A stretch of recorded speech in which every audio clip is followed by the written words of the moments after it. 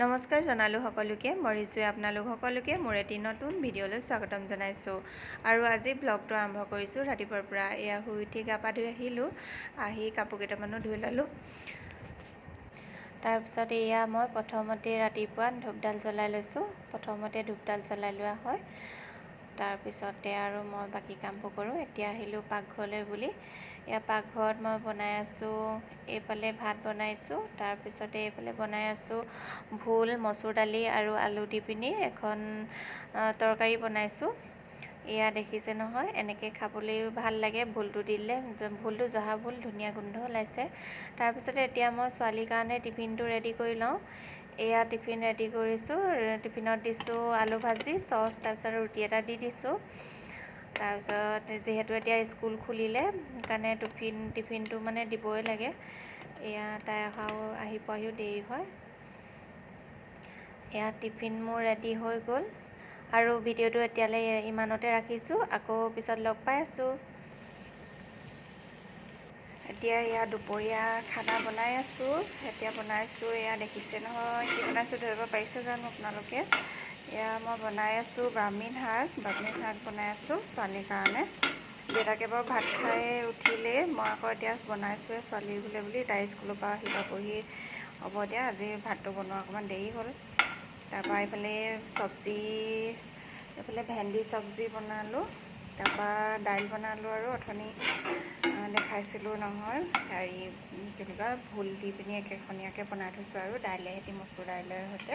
তাৰপৰা এয়া এতিয়া ব্ৰাহ্মীণ শাক বনাই আছোঁ।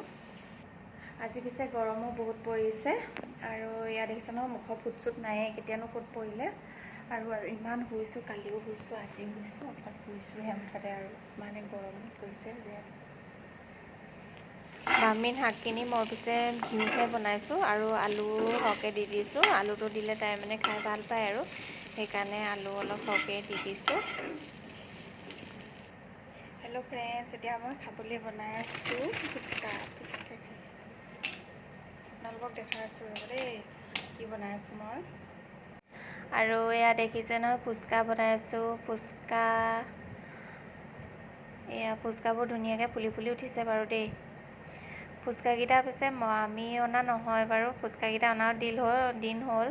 মোৰ মাহঁত আহিছিলে আমাৰ ৰুমলৈ বুলি, তেতিয়া মানে মায়ে নাতিনীয়েকলৈ বুলি লৈ আহিছিলে আৰু ফুচকা পেকেটটো। তাৰপৰা সেইকাৰণে এতিয়া দিনো হ'ল, কেইবাদিনো হ'ল। আজি ভাবিলোঁ নহয়, গৰম যিমানেই নপৰক কিয় আজি ফুচকাকেইটা বনামেই। আজি গৰমো বহুত পৰিছে আৰু আজি মুঠতে যেতিয়া ভাবিলোঁ, যেতিয়া মানে ৰক্ষা নাই আৰু বনাই যিমানেই মানে গৰম নপৰক, বনাই খাম আৰু। ৰিফাইন তেলটো কমকৈ দি লৈছোঁ, কাৰণ পিছত মানে ৰিফাইন তেলবোৰ সৰহকৈ দি ল'লেও থাকিলেও আকৌ বেলেগৰ মানে বনাবলৈ মন নাযায়। একেটা তেলতে দুবাৰ তিনিবাৰ মানে বনাই থাকিবলৈ মন নাযায়, সেইকাৰণে কমকৈ লৈছোঁ। যদিও মানে ফুলিছে আৰু এয়া হৈ গ'ল আৰু বনাই ইমানকেইটা বনালোঁ। ফুচকা ৰেডি হৈ গ'ল। তাৰপৰা এইফালে বনাই থৈছোঁ, কুকাৰত দি থৈছোঁ, আলু বইল কৰি থৈছিলোঁ। এয়া দেখিছে নহয়, আলুকেইটা উলিয়াই ল'লোঁ, পিঁয়াজটো কাটি লৈছোঁ। তাৰপৰা এইফালে এয়া তেতেলী পানী জ্বলা দি বনাই থৈছোঁ। ৰেডি হৈ গ'ল। এতিয়া আমি খাই ল'ম আৰু। ছোৱালী আৰু দেউতাক আহিয়ে পোৱাহি নাই, এয়া মই ৰেডি কৰি থৈছোঁ নহাৰ আগতে। তাৰপিছতে এয়া তেওঁলোকে, ছোৱালী আৰু দেউতাকে এয়া পিজ্জা লৈ আহিলে গধূলি সময়তে। আৰু দেখিছে নহয়, পিজ্জা খাই বহি আছোঁ। তাৰপিছতে ফুচকাও খাম। আগধৰি পিজ্জাটো খাই লৈছোঁ, বহুত দিনৰ মূৰত পিজ্জাটো খাইছোঁ। নিজে বনোৱাৰ পৰা মানে কিনা পিজ্জা খোৱাই নাই, আজিহে বহুত দিনৰ মূৰত খাইছোঁ।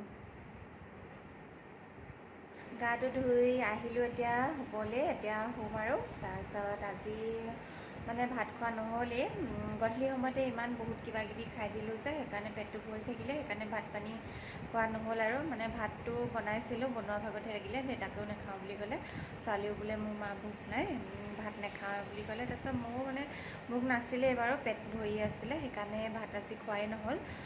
গধূলি সময়তে বহুত কিবাকিবি খালোঁ নহয়, সেইকাৰণে। আৰু আজিলৈ ভিডিঅ'টো ইমানেই আছিল।